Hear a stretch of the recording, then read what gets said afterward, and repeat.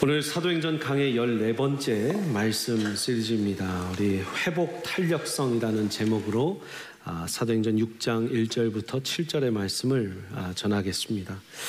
회복 탄력성, resilience라는 단어가 있습니다.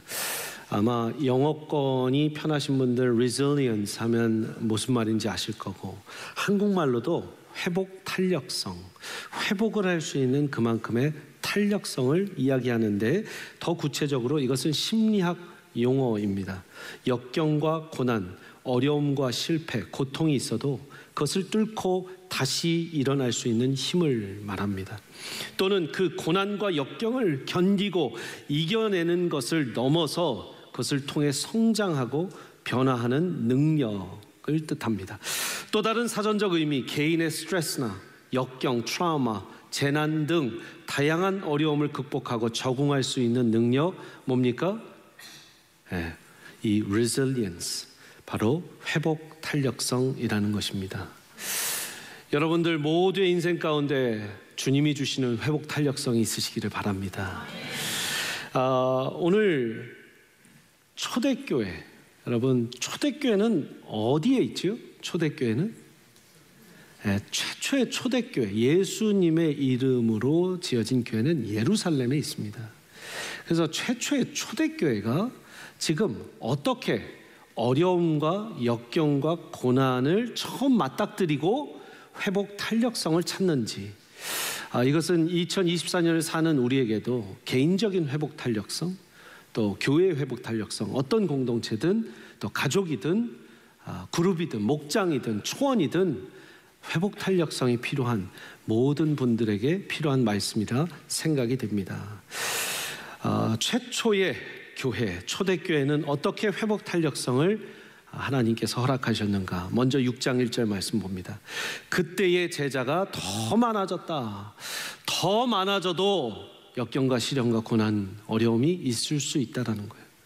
성도님들이 우리 영적인 양적인 부흥이 일어났는데 그때에 어려움이 닥쳤다라는 거죠. 자, 그때 더 구체적으로 6장 1절에서 그때라고 하니까 그러면 5장의 끝부분에서 어느 때인지 얘기해주고 있겠죠. 5장 41절 42절을 봅니다. 같이 읽습니다. 시작. 사도들은 그 이름을 위하여 능욕받는 일에 합당한 자로 여기심을 기뻐하면서 공회의 앞을 떠나니라. 그들이 날마다 성전에 있든지 집에 있든지 예수는 그리스도라고 가르치기와 전도하기를 그치지 아니하니라. 예수는 누구예요? 그리스도다. Jesus is the Christ. 절 따서 예수는 그리스도입니다. Jesus is Christ, the Messiah, the Savior. 아멘. 예수님은 우리의 그리스도, 또 메시아, 또 우리의 구원자 되시는 걸 선포하는 거예요. 계속 그렇게 선포했더니 어떤 일이 일어나느냐? 그때에, 그렇게 선포할 때에 제자들이 더 많아졌대요. 여기까지는 너무 좋아요. 그런데 이제 문제가 일어납니다. 이슈가 일어나요. 1절 보니까 헬라파 유대인들이 자기의 과부들이 매일의 구제에 빠짐으로 히브리파 사람을 원망했다. 절 따서 원망했다. 자, 헬라파 유대인들이 있고 히브리파 유대인들이 있습니다. 지금 여기가 어디라고요? 이 초대교회가 도시가 예루살렘. 예루살렘에 헬라파 유대인들, 히브리파 유대인들이 함께 살았는데, 히브리파 유대인들은 마치 이런 겁니다. 여러분, 예루살렘을 서울이라고 생각해 봅시다. 예루살렘이 서울인데 지금 그 서울에서 히브리파 유대인들은 그냥 한국 사람, 한국에서 자라서 한국에서 태어나서 한국에서 계속 살았던 이 히브리파 유대인, 완전히 1세대. 그런데 헬라파 유대인들은 누구냐면, 지금 여러분들이, 우리 세미한교회 성도님들이 다 같이 비행기 타고 한국 가서 서울 우리 형제교회 강남중앙침례교회에서 예배드리면 우리를 누구라고 하냐면 형제교회 세미한교회에서 왔습니다라고도 하지만 미쿡에서 왔다고 그래요. 미국에서 온 우리 교포분들이시다, 뭐 우리 성도님들이시다, 코리안 아메리칸들이시다, 뭐 이런 표현들을 하잖아요. 우리가 지금 미국에 있었던 우리가, 해외에 있었던 우리가 헬라파 유대인입니다. 자, 그러면 미국에 와서 여기 달라스에서 여러분들이 처음 나는 한국을 내가 원해서 떠났고 내가 스스로 이민을 결정해서 또는 유학을 결정해서 이 땅에 내가 대한항공이든 아시아나든 뭐 미국 국적기든 뭘 타고 내가 와서 입국 심사도 내가 했다. 손 들어보세요.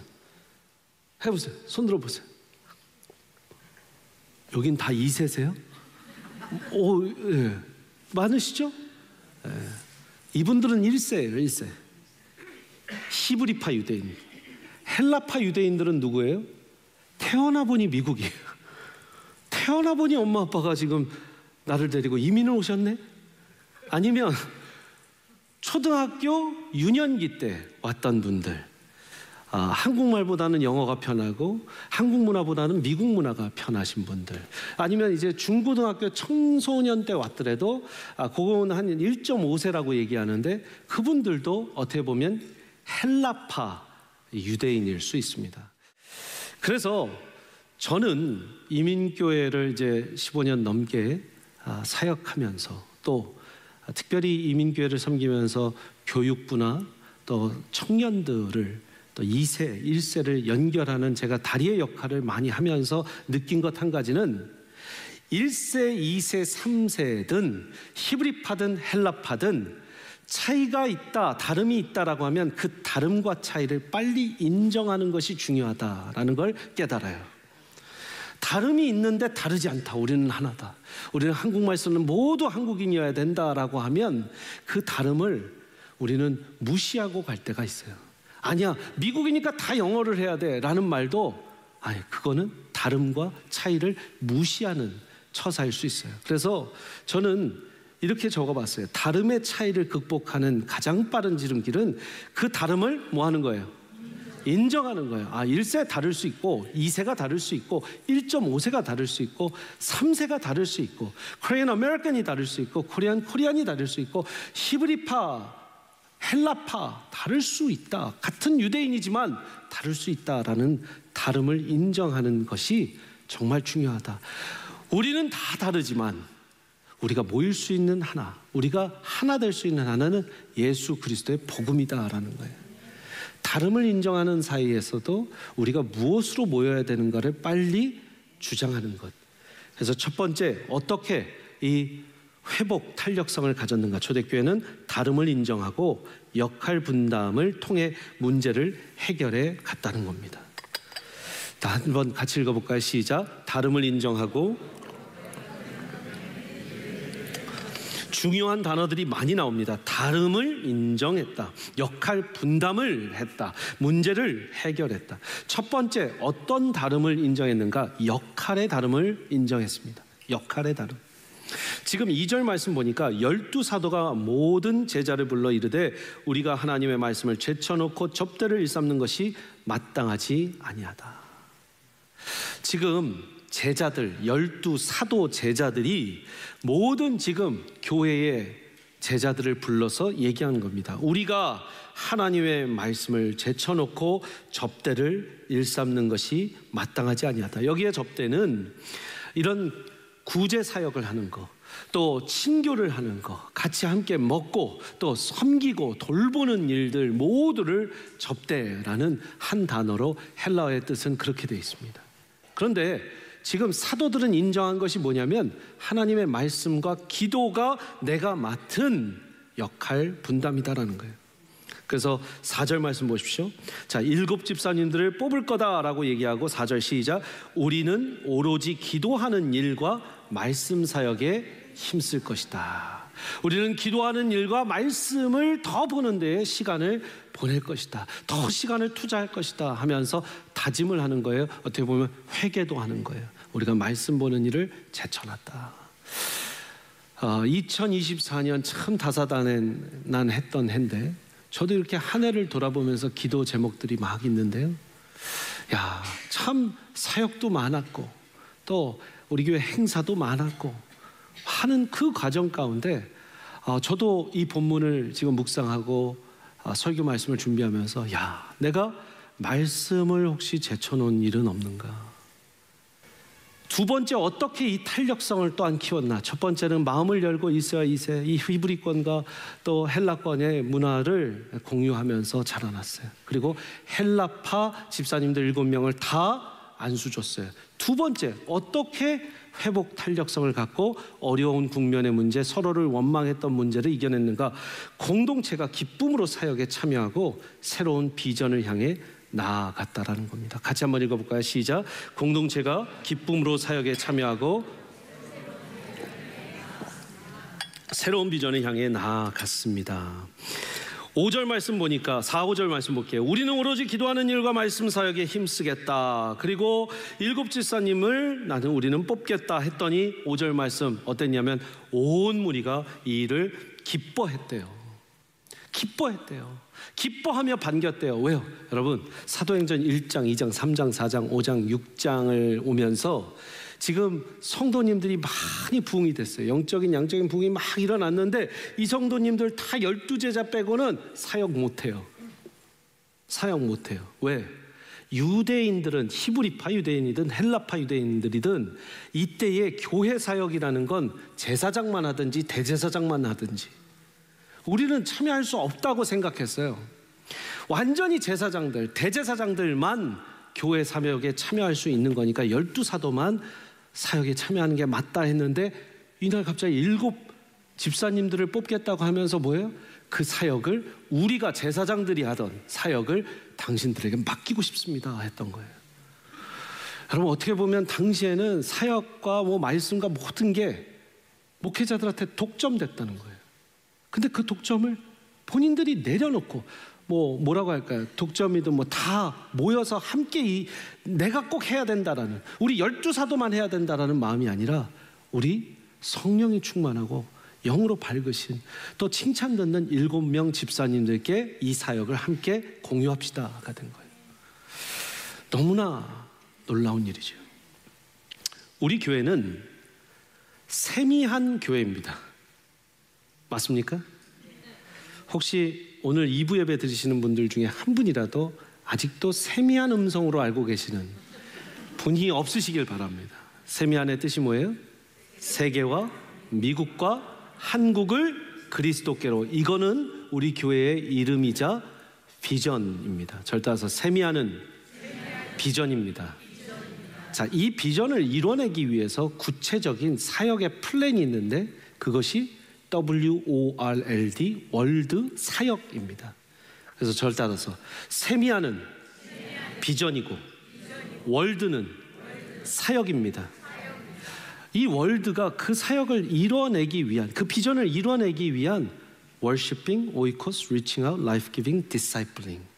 Discipling 뭡니까? 제자 되고 제자 만드는 교회 되는 거죠. Worshipping은 뭐예요? 우리 예배하는 교회, 예배에 목숨 거는 교회. 오이코스는 뭐예요? 우리가 모여서, 오이코스 집이라는 뜻이에요. 집이라는 헬라어가 왜 그렇습니까? 목장으로, 초원으로 모인다, 모여서 하나님께 기도하는 목장의 교회. Reaching out, 사회와 지역사회와 또 어려운 이웃들을 돕는 교회. Life giving, 생명의 말씀, 복음을 전하는, 선교하고 전도하는 교회.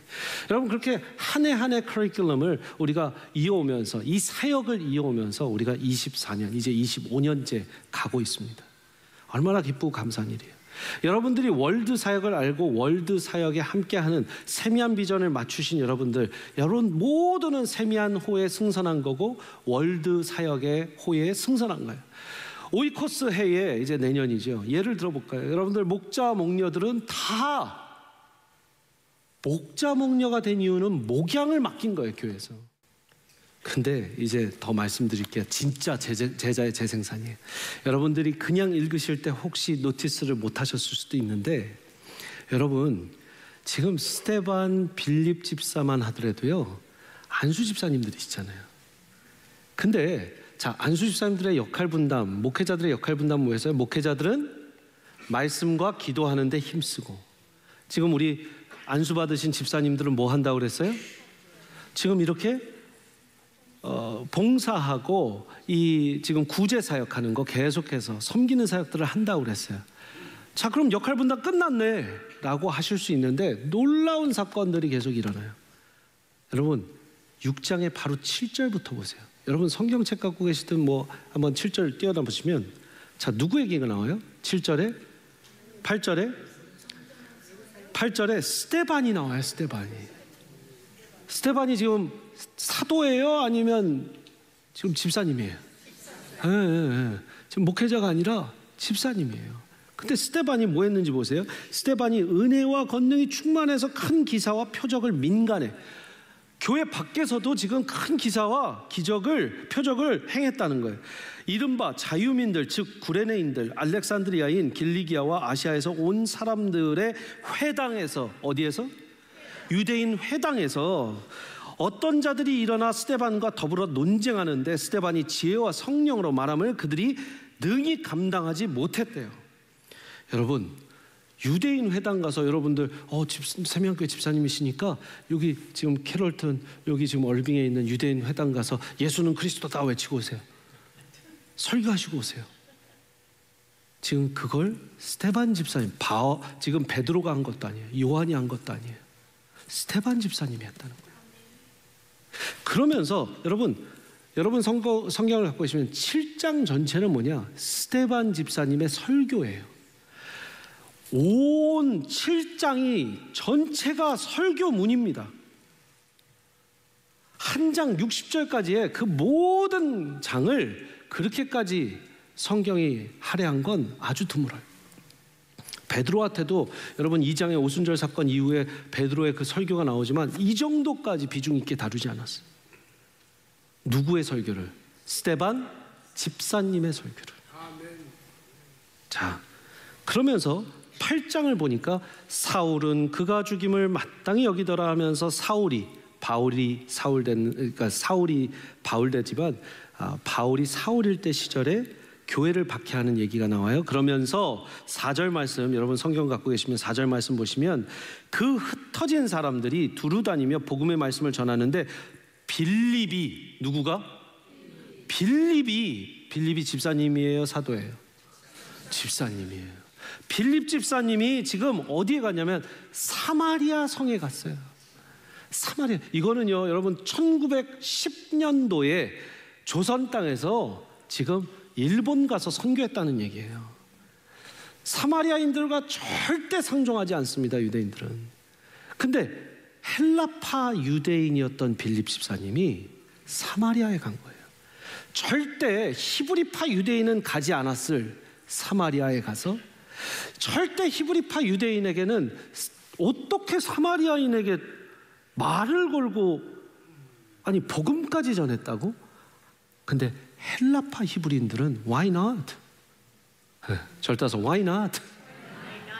미국 생활 좀 한 거죠. why not? 그러니까 가서 사마리아에서도 말씀을 전하는데 뭐라고 하냐면, 그 8절에 그 성에 큰 기쁨이 있었대요. 복음을 전하니까 큰 기쁨이 일어난 거예요. 여러분, 그리고 나서 이 빌립 집사님이, 지금 오늘 8장까지 다 하는 거 아닙니다. 제가 나중에 강의 다 따로 할 건데, 8장 이후에 보면 빌립이 에티오피아 내시를 만납니다. 아시죠? 사마리아 성에서 한참 전도하고 선교하고 있는데 갑자기 하나님께서 광야로 가라. 광야로 가다가 기다리니까 마차가 지나가는데 에티오피아 내시가 예루살렘에서 지금 성전에 있다가 갑니다. 에티오피아 내시니까 여러분 분명히 얼굴색도 다르고 유대인이 아닌데 성전에 가서 안에 들어가실 수도 없었을 거예요. 이방인의 뜰에 갔든지 밖에 있다가 그냥 온 종교심이 가득한 사람에게 이사야 말씀을 전하면서 이제 침례를 주고요. 그러니까 누구가? 빌립 집사님이, 빌립 목사님이 아니라 빌립 집사님이 했다고요. 그게 이제 8장 전체고, 9장에서는 이제 바울이 다메섹 도상 가다가 예수님을 만나고 회개하면서 이방인을 위한 그릇으로 준비됐다 하는 거예요. 자, 보세요. 여러분, 이 모든 결정이 바울 때 일어난 게 아니에요. 언제 일어나냐? 히브리파 헬라파 중에 헬라파 집사님들이 외국 경험이 있고 다양한 경험이, 다양한 문화권에 노출되면서 이중 언어, 이중 문화, 삼중 문화, 상중 언어를 1.5로서 경험했던 그분들만이 사마리아를 갔고, 그분들만이 에티오피아 내시를 만나서 막 말씀을 전하고요. 지금 빌립, 스데반 누구 할 것 없이 그냥 교회 안에서 집사님으로 섬기는 것뿐만 아니라 가서 말씀 사역을 하고 전하고, 지금 그건 원래 누구만 하는 거였어요? 구약에서는 대제사장만 하는 거예요. 제사장들 중에서도 대제사장, 치프 프리스트만 하는 건데 그걸 누가 했다고요? 지금 그냥 12사도도 아니고 12사도가 안수한 집사님들이 하셨다는 거예요. 여러분, 이거 얼마나 놀라운 역사인지 몰라요. 그러니까 말씀이 왕성하여 제자의 재생산이 일어난 게 그냥 제자가 많아졌습니다가 아니라 집사님들이 선교사님이 되고 집사님들이 목사님이 되는 거예요. 할렐루야. 여러분, 제가 오늘 말씀을 묵상하면서 참 깊이 마음에 깨닫는 게 있습니다. 사랑하는 여러분, 영적으로 양적으로 부흥하던 예루살렘 교회, 수천 명씩 새로운 성도님들이 침례를 받았던 교회에 더 아무 일도 일어나지 않고 흥황하여 지금 이 초대교회가 더 초대교회가 된 것이 아니고 더 부흥하는 교회가 된 것이 아니라 어려움과 역경과 고난과 트라우마를 경험하면서 지금 교회가 정말 회복 탄력성을 받아가며 비온 뒤 땅 더 굳는다고 막 왕성하게 부흥하던 이제 예루살렘의 초대교회가 고난에 닥치게 됩니다. 그러나 그 고난을 어떻게 이겨내는지가 이제 하나님이 그 다음 단계의 예루살렘 교회를 보고 싶으셨던 것이죠. 교회가 문제가 한 번도 없고 아무 이슈가 없어서 부흥하고 더 부흥하고 더더더 부흥해서 예수님 오시는 날까지 부흥만 하였더라. 이런 교회는 이 땅에 하나도 없습니다. 그러려면 고린도 교회는 어디 갔으며 빌립보 교회는 어디 갔고요, 데살로니가 교회는 어디 갔습니까? 문제를 직면할 수 있어요. 어려움과 이슈를 직면할 수 있습니다. 그러나 그것을 회복 탄력성을 갖고 어떻게 그 교회가 극복하고 주님만 붙드는지, 여러분들의 삶 한 분 한 분의 인생 가운데서도 똑같습니다. 내가 지금 역경과 고난과 어려움과 아픔을 겪고 있는데, 이 트라우마가 있는데, 내가 정말 잘되고 잘돼서 그냥 잘만 됐으면 좋겠고, 우리 형통해져라 라는 말 하지만 형통의 형통을만 자녀들이나 여러분들이 경험하면 좋겠지만, 여러분, 형통은 형통 위에 형통이 일어나는 게 아니라 고난과 아픔 위에 형통이 또한 일어나는 거예요. 비 온 뒤 땅은 굳습니다. 아마 이 이후에 이런 준비와 시험의 단계가 없었다면, 은혜가 많은 교회일수록 당연히 시험은 많은 거예요. 축복과 복음 사역이 막 전해지는 교회일수록 시험이 있을 수 있는 거예요. 제가 이제 6년에서 7년 담임 목회 들어옵니다. 목회자들은 원래 7년씩 이렇게 한 텀이 지났다라는 표현을 해요. 왜냐하면 이제 7년째 이렇게 성경에 보면 주빌리 안식년이 있고 하니까 7년을 보거든요. 딱 일기 사역을 마치면서 제가 돌이켜 보는데, 아까 말씀드렸듯이 참 모자란 것 많았고 부족한 것 많은 상황 가운데, 저를 하나님께서 돌이켜 보게 하시는 일들이 참 많았습니다. 담임 목사의 자리라는 게, 제가 부목사로만 있다가 담임 목회를 했는데, 이게 내가 얼마나 모자란지를 알게 하는 자리구나 라는 걸 매일, 매주, 매달, 매년, 매주 강단에서 느껴요. 내가 얼마나 하나님 없으면 아무것도 아니고 모자란 사람인가. 가장으로서도 저는 애가 이제 고등학교를 들어가게 되는 차대가 이제 8학년, 9학년 들어가니까 두 아이의 아빠로서도 참 내가 모자른 아빠다라는 걸 가면 갈수록 더 느낍니다. 여러분들은 안 그러세요? 가장으로서도, 남편으로서도 처음 결혼할 때는요, 솔직히 제가 그랬어요. 나 같은 남편 괜찮지 않아? 이랬어요. 근데 가면 갈수록 제가 느끼는 건, 진짜 내가 부족한 남편이고 부족한 가장이구나. 우리 세미한교회 가장으로서도 저는 그렇습니다. 참 부족한 가장이구나. 네. 여러분들의 삶에서 무엇을 돌이켜 보게 되십니까? 저는 정말 우리 교회가 이제 더 25년 차 앞으로 나아가면서 지켜야 될 게 어떤 역경과 고난과 어려움이 오는 것을 겁내는 것이 아니라 그 자리에서 말씀과 기도에 집중하고 하나님을 붙잡는가, 열린 마음으로 헬라파 이 유대인들처럼 더 다른 백성과 민족들에게 말씀 전하려고 세계민국 한국을 품는가, 우리 교회에서 더 많은 다른 인종이 함께 예배드려도 불편함이 없는 교회가 되는가, 목장이, 초원이 그렇게 하나님께서 정말 원하시는 그런 교회가 될 수 있는가. 그럼 비 온 뒤 땅이 더 굳게 됩니다. 지난 또 7년간 6년 넘는 시간 가운데 여러분들이 함께 그 시간을 걸어가 주셔서 감사하고 기도해 주셔서 감사하고 또 앞으로 뭐라 그랬어요? 세미한 비전을 위해서 월드 사역 잘하자. 월드 사역 잘하면 세미한 비전 이뤄진다. 어려운 거 없습니다. 그거 붙잡고 나아가시는 저와 여러분들 되시기를 축복합니다.